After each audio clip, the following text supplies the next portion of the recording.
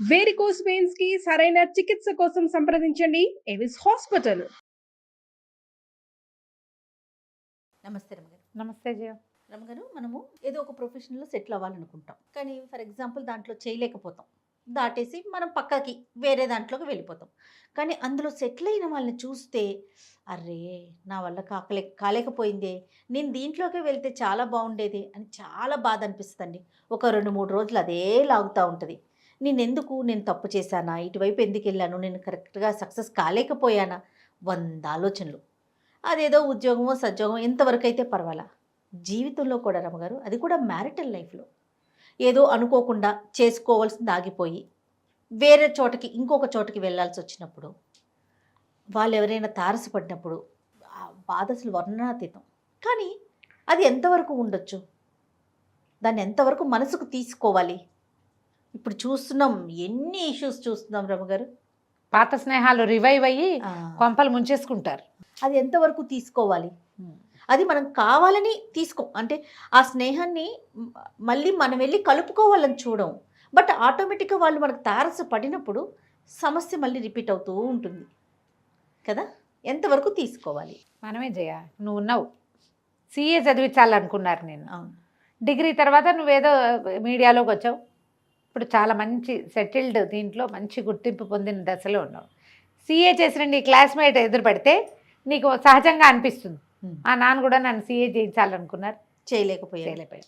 ఇప్పుడు ఇక్కడ నువ్వు సెటిల్ కాలేదనుకో, ఇప్పుడు సెటిల్ అయిపోయావు కాబట్టి నీకు అట్లా అనిపిస్తుంది. నువ్వు కాదు, అసలు ఎవరు, a common women, common man ఎవరున్నా సరే, మనం ఇక్కడ స్థిమితంగా లేకపోతే, ఇక్కడ ప్రాబ్లం ఉంటే అయ్యో అది చేసి ఉండాల్సింది అని అనిపించడం లోక సహజం, పరమ సామాన్యమైంది, లోక సహజమైంది. నేను కూడా ఇదే చేస్తే బాగుంటుంది. ఏదో ఒక కోర్స్ చేయాలనుకున్నాం, అది వద్దన్నారు, అది ఫ్రెండ్స్ ఎవరో కాదన్నారు. మన ఫ్రెండ్ ఎవడో అందులోనే చేసాడు, ఆ వాడు బ్రహ్మాండంగా 5 లక్షల ప్యాకేజ్ తోటి ఉన్నాడు, వాడు నెలకు 5 లక్షలు 4 లక్షలు ఇప్పుడు అవేగా చెప్పుకుంటున్నారు. సంవత్సరానికి 30 లక్షలు 50 లక్షలు 70 లక్షలు కోటి మన వాడికి రాలేదు, మనకి రాలేదు. కడుపులో మెలిపెడుతుంది జయ. అవును, ఒకసారి అయ్యో అనుకుని వదిలేయాలి. కడుపులో కూడా మెలిపెట్టకుండా ఉండాలంటే మనం సన్యాసులం కావాలి, అది మనం కావు, మనుషులం, మామూలు సంసారులం కదా, మనకి ఇలాగే ఉంటుంది. కాకపోతే ఇలాగే ఉండటం సహజమేనని దాన్ని వెంబడిపడిపోయే పరిస్థితులు కొన్ని తారసపడుతూ ఉంటాయి. వీటిని కంట్రోల్ చేయాలి. ఇప్పుడు ఉద్యోగం, సద్యోగం, వ్యాపారం, మనం వదిలేసిన బిజినెస్ని పెట్టుకున్నవాడు, మనం మానేసిన జాబులో చేరినవాడు, మనం మానేసుకున్న ప్రొఫెషన్లో బాగా ముందుకెళ్ళినవాడు, వీళ్ళంతా తారసపడుతున్న స్మాల్ వరల్డ్ కదా, భూమి గుండ్రంగా ఉంది, తప్పకుండా ఎదురుపడతారు. ఓ క్షణం రిగ్రెట్, ఏమనాలి దాన్ని, ఒక పించింగ్ ఫీలు, చాలా సహజమైనవి, అసలు తప్పే కాదు అనిపించవచ్చు. మానవ సహజమైన భావాలు అవన్నీ. పెళ్ళిళ్ళ దగ్గరకు వద్దాం, నువ్వు అడిగిన ప్రశ్న. ఏవో 4 పెళ్లి సంబంధాలు, 2 పెళ్లి సంబంధాలు చూస్తారు, ఓ సంబంధం కుదురుతుంది, పెళ్ళైపోయింది. ఆ వదిలేసిన పెళ్లి సంబంధం పెళ్లి కొడుకు ఎక్కడో తారసపడతాడు, వాడు సూపర్ మ్యాన్గా ఉంటాడు, మనవాడు ఆర్డినరీ మ్యాన్గా ఉన్నాడు. ఆడాళ్ళకి కడుపులో మంటగా ఉండొచ్చు. అబ్బాయిలకి ఓ 2 3 గర్ల్ ఫ్రెండ్స్ ఉంటారు, ఓ గర్ల్ ఫ్రెండ్ని పెళ్లి చేసుకుంటాడు, లేదా 2 3 పెంచి సంబంధాలు క్లోజ్ రిలేషన్స్లో వస్తాయి, ఓ సంబంధం చేసుకుంటాడు. ఈ జీవితం బాగుండకపోతే అయ్యో దాన్ని చేసుకుని ఉండాల్సింది అనిపించటం ఒక రకం, ఒక రిగ్రెట్. అవతల వాళ్ళ జీవితం బాగుండేది, అయ్యో దీని కాకుండా దాన్ని చేసుకుంటే దాని జీవితం బాగుండేది కదా, నా వల్లే ఇది ఇలా అయిపోయిందేమో అనిపించడం ఇంకో రిగ్రెట్. అన్నీ సహజమైన విజయ. ఈ రిగ్రెషన్ ఉంది చూసావా, దాని మీద పయనించటం ఉంది చూసావు, అవి కొంప ముంచుతాయి. పయనించకూడదు, దాన్ని సరిచేయటానికి పూనుకోకూడదు, దాన్ని కంటిన్యూ చేయకూడదు. ఇవాళ రేపు రోజులను మనం ఎట్లా చూస్తున్నామంటే, ఒక 10 పెళ్లి సంబంధాలు చూస్తున్నారు, 10 మంది అబ్బాయిలు అమ్మాయిలు మాట్లాడుకుంటారు, వదిలేసాం సంబంధాలు, 16వ సంబంధం చేసుకున్నాం. ఈ 15 మందిని హలో అంటూ ఉండటం ఇప్పుడు ట్రెండ్గా ఉంది జయ, అవునా కాదా నువ్వు చెప్పు? అవును రమ్మగారు, చూస్తున్నాం. 15 మంది అబ్బాయిలతోటి టచ్లో ఉంటారు, లేదా 15 మంది అమ్మాయిల్ని ఫేస్బుక్లోనో ఇన్స్టాలోనో ఇంకెక్కడో Dibba తిరుగుండంలో hello hello hi hi, నీ డ్రెస్ బాగుంది, నువ్వు బాగున్నావు, నువ్వు అక్కడికి వెళ్ళావా, నువ్వు అదేదో చేసావా అని. ఇవే కాకుండా చిన్నప్పటి నుంచి ఉన్న స్నేహాలు, intermediate 10th class crush, inter crush, degree crush, post graduation crush కూడా అయ్యాక ఉద్యోగపు క్రష్తో పెళ్లి చేసుకుంటారు సెటిల్మెంట్ దృష్ట్యా. ఈ బ్యాక్వర్డ్ క్రష్ల్లో ఎవరో ఒకళ్ళు టచ్లో ఉంటారు. అందరూ టచ్లో ఉండే మహానుభావులు కూడా వాళ్ళని ఏం చెప్పాలో వాళ్ళకి తెలియదు, అందరితోటి టచ్లో ఉంటారు. కర్మగాలి ఎవరో ఒకళ్ళిద్దరితో టచ్లోకి వెళ్ళిపోతారు. ఉండటం కాదు, ముందుకు వెళ్ళిపోవటం. ఇప్పుడు ప్రజెంట్ లివింగ్లో వీళ్ళతో పాటు ఉన్న వాళ్ళు ఉన్నారు చూసావు, వీళ్ళ పరిస్థితి వర్ణనాతీతం. అంతే కదా. ఒక్కోసారి నీ వల్లే నేను ఇలా చేయాల్సి వచ్చింది అని కూడా ఆ పార్ట్నర్ని ఆడిపోసుకునేవాళ్ళు. ఏదో తప్పు చేశామన్న గిల్ట్ తోటి హ్యాబిట్స్లోకి వెళ్ళిపోయేవాళ్ళు, పొరపాటు చేశామన్న గిల్ట్ తోటి ఈ ప్రజెంట్ లైఫ్ని మిజరబుల్గా చేసేసుకుని ఏమీ మారని ఈ 10 ఏళ్ళ 16 ఏళ్ళ 20 ఏళ్ళ జీవితాలు అన్నీ ముందుకెళ్ళిపోయాక ఈ రోజుల్లో ఒకటి కూడా వీళ్ళెవరూ మార్చలేరు. కానీ దాంతో ప్రస్తుతపు జీవితాన్ని మిజరబుల్గా చేసేసుకునేవాళ్ళు ఎంతమంది బలహీనమైన మనస్సు కలిగిన వాళ్ళు ప్రపంచం నిండా వాళ్ళే తెచ్చారు ఇప్పుడు. అవునండి. ఏనాడో 70s ప్రింట్ అయిన భమిడిపాటి రామగోపాలం గారిది వెన్నెల నీడ కథ. ఏనాటిదో 70s లేకపోతే లేట్ 70s అయి ఉండొచ్చు కూడా, ఏదేమైనా 80s అనుకోండి. ఈ కథ ఒకటి రాశారు ఆయన, వెన్నెల నీడ కథ. నా దగ్గర ఇట్లు తమ విధేయుడు అనే పేరుతోటి భమిడిపాటి రామగోపాలం గారి కథల పుస్తకం ఒకటి ఉంది. నేను ఎప్పుడో కొన్నాను, తోచకపోతే అందులోంచి నాకు 2-3 కథలు చాలా ఇష్టం. చదువుకుంటూ ఉంటాను. వంట వచ్చిన మగాడు చాలా ఇష్టం నాకు. ఆ ఒకే కథని నేను ఎన్నిసార్లు చదువుకుంటానో జయ. అవునా? అంత బాగుంటుందండి. బాగుంటుంది, నాకు ఇష్టం. రామగోపాలం గారు ఒకసారి మాకు కూడా వంట వచ్చిన మగాడు తర్వాత చెప్తా. ఇప్పుడు ఈ వెన్నెల నీడ చెప్దాం. ఓకే అండి. యాక్చువల్గా వారి పర్మిషన్ తీసుకోవాలి ఈ కథలు చెప్పడానికి. నేను కథలో సారాంశం మాత్రమే చెప్పబోతున్నాను. ఇలాంటి ఒక భావము మనుషుల మధ్య పొడచూపుతుంది.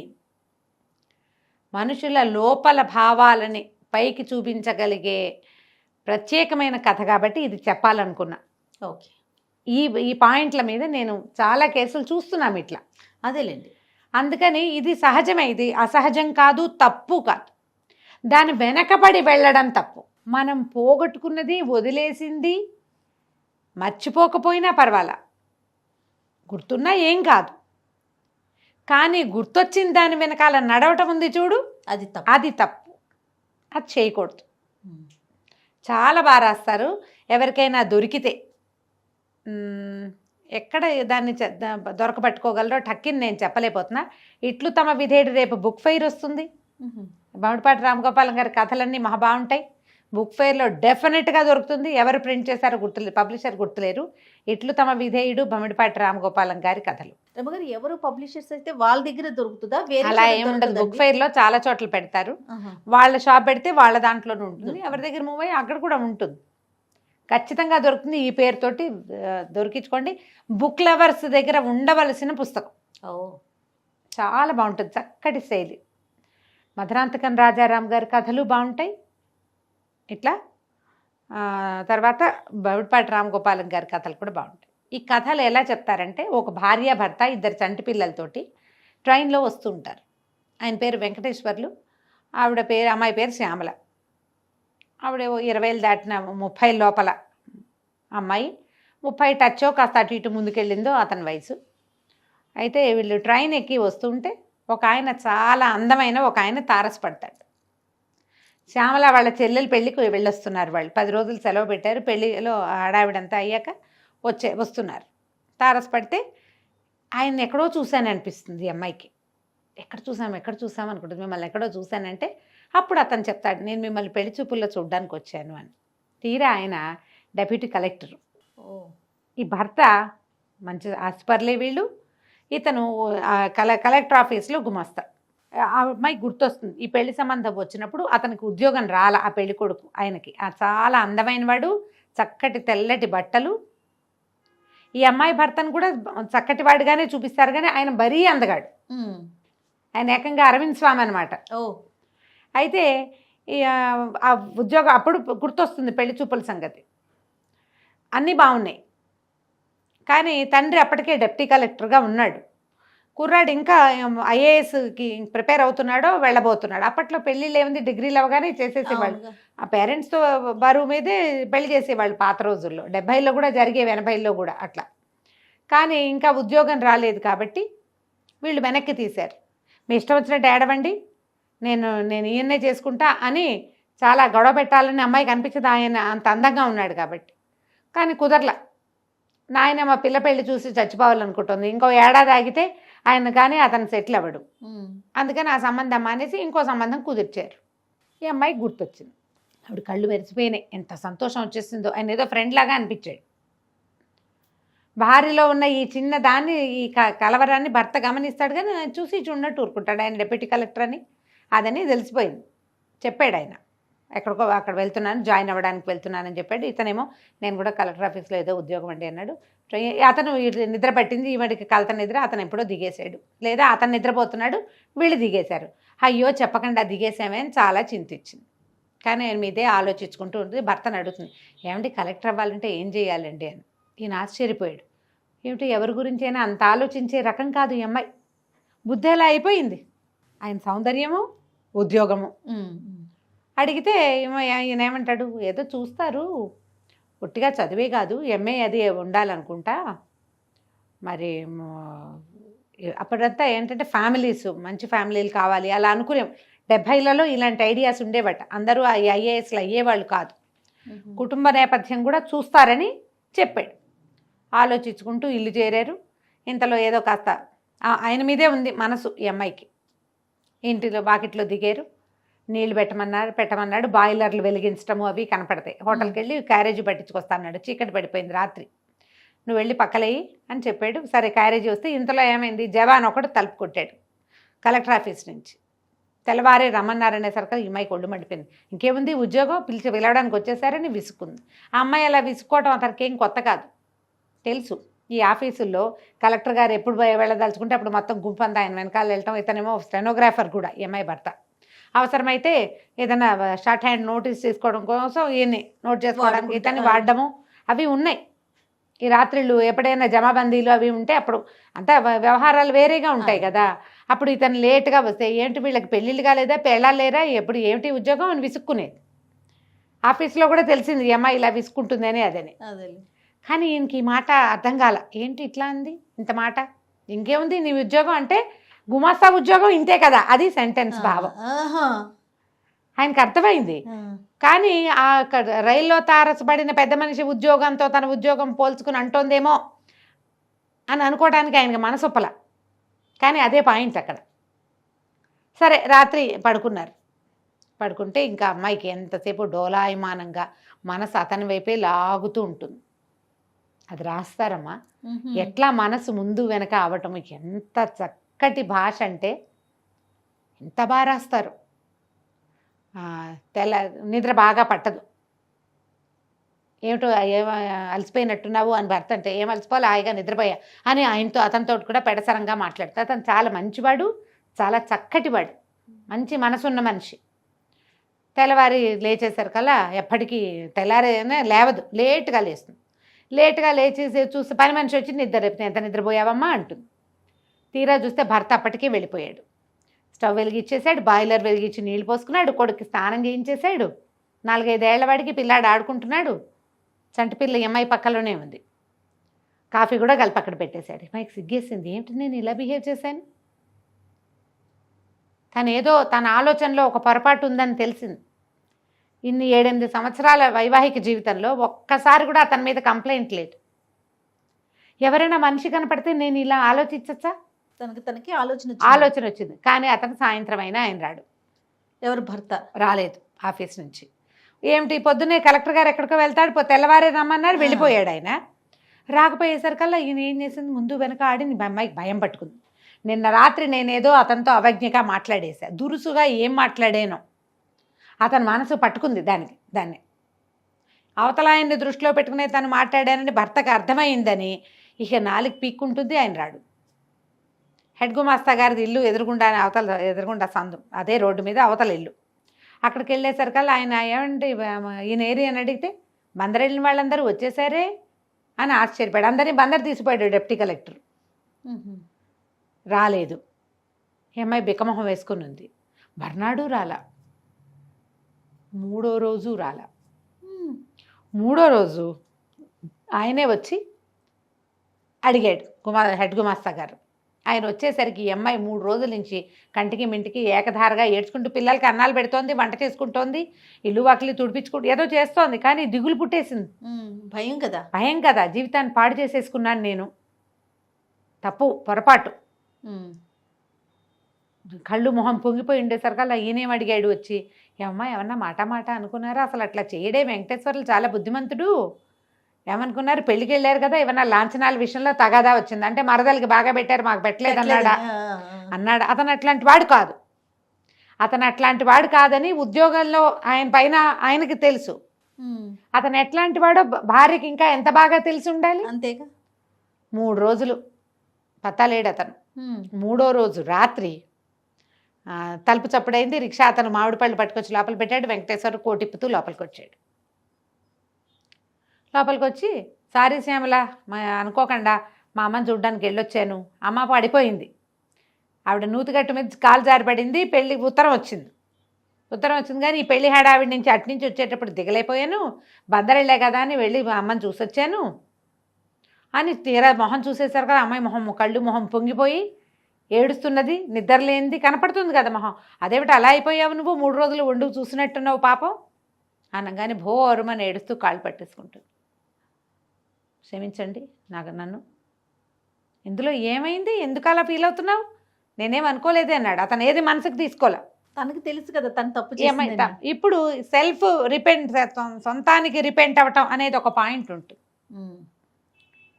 ఇప్పుడు అమ్మాయి మనసు అతని వైపే వెళ్తే ఈ జీవితాన్ని ఎంత మిజరబుల్గా చేసేసుకోవచ్చు. మరి నువ్వెందుకు కలెక్టర్ కావనొచ్చు, మా వాళ్ళు హాయిగా మంచి సంబంధం చేసి ఉండొచ్చు, దిక్కుమాల సంబంధం చేశారు అని అనుండొచ్చు.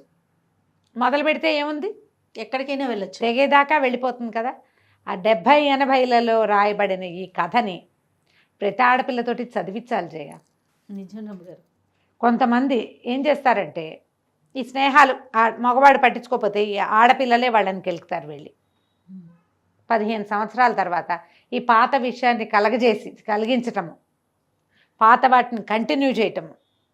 కాలేజీ ఫ్రెండ్స్ 50 ఏళ్ళు వచ్చాక మళ్ళీ ఫ్రెండ్షిప్లు చేయడానికి చూస్తున్న కాలం తెలుసా జయ ఇది.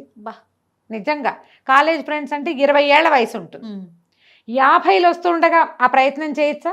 ఫ్రెండ్గా మాట్లాడొచ్చు అంతవరకు, అంతేకాని ఫ్రెండ్షిప్ చేయాలని కోరుకోవటం ఎంత తప్పు, చాలా కదా. మన నువ్వు పైగా చెప్పేది పిల్లలు, మీరు పిల్లలకి చెప్పే వయసు, పిల్లలు ఏదైనా చేసే వయసు. అటు జీవితము పాడవుతుంది, ఇటు వీళ్ళ సంసార జీవితము పాడవుతుంది. మనసుకి కళ్ళాలు ఉండాలి, వెయ్యాలి కదరమ్మ గారు, ఉండాలి, వెయ్యాలి కూడా. మనం వదిలేసిన జీవితంలో ఆ తీపిని గుర్తు చేసుకోకూడదు. ఉంటున్న జీవితంలో స్వారస్యాన్ని వెతకాలి ఎప్పుడు కూడా. ఒకవేళ నిజంగా నీకు ఏదో స్వారస్యం లేదు, ఏమి లేదు, నువ్వు అటు వెళ్దాం అనుకున్నావు, ఇప్పుడు 2 వేరు జీవితాల్లో స్వారస్యాలు లేకుండా ఉండవు. నీకు లేదు, వాళ్ళకు ఉంటుంది, పోయి వాళ్ళని కెలికితే వాళ్ళ పని, వాళ్ళ జీవితం నాశనం కాదు. లేకపోతే వీళ్ళొచ్చి వీళ్ళని రెండో వాళ్ళని చెడగొట్టినా కదా. ఎక్కువ మంది జీవితాలు ఇన్వాల్వ్ అయ్యే సమయాల్లో ఈ పనులు చేయకూడదు. ఈ కథని వీలైతే చదవండి తప్పకుండా. నేను చాలా బ్రీఫ్గా చెప్పా. మొదటి వాక్యం నుంచి చివరి వాక్యం వరకు ఒక సెంటెన్స్ కూడా వదిలిపెట్టకుండా చదివించేలాంటి శైలి ఉంది ఆయనది. ఎక్సలెంట్గా ఉంటుంది. నేను ఇది చదివి 30 ఏళ్ళ పైన ఉంటుంది జయ. అప్పుడప్పుడు పుస్తకం అప్పుడు చదివింది తిప్పుతూనే ఉంటాను నేను దొరికినప్పుడల్లా. అవకాశం ఉన్న వాళ్ళు ఇట్లు తమ విధేయుడు కొనుక్కోండి ఈ సంవత్సరం. ఖచ్చితంగా ఎవరెవరి దగ్గర ఉందో వాళ్ళంతా చదువుతూనే ఉంటుంటారు. చాలా బాగుంది. చూడండి, ఈ జనరేషన్కి కనెక్ట్ అవుతుంది మనకి కదండి. అవును, ఇది వరకు రేర్గా జరిగేవి ఇప్పుడు ఫ్రీక్వెంట్గా జరుగుతున్నాయి. ఈ Facebook groups, school groups, college groups, family గ్రూప్స్లో పాత స్నేహాలు రివైవ్ అయ్యి మళ్ళీ నీకు ఎప్పుడు చిన్నప్పుడు చేసిన వ్యవహారాలు 50 ఏళ్ళు వచ్చాక చేయగలిగేది ఏమి ఉండదు. అక్కర్లేని మాటలు మాట్లాడుకుంటూ ఉంటవే, అంతే కదా. ఎందుకు వచ్చిన వృధా ప్రయాస? మరి పాసింగ్ క్లౌడ్స్ ప్రతి జీవితంలోనూ ఉంటాయి. పాత వాళ్ళు ఒకసారి అలా వచ్చిపోతూ ఉంటారు, పోనివ్వాలి వాళ్ళని. అంతేగాని పట్టుకుని ఆపి ఏదైనా చేద్దామని అనుకుని ప్రజెంట్ జీవితాన్ని పాడు చేసుకోవద్దు. సూపర్. నమస్తే. నమస్తే.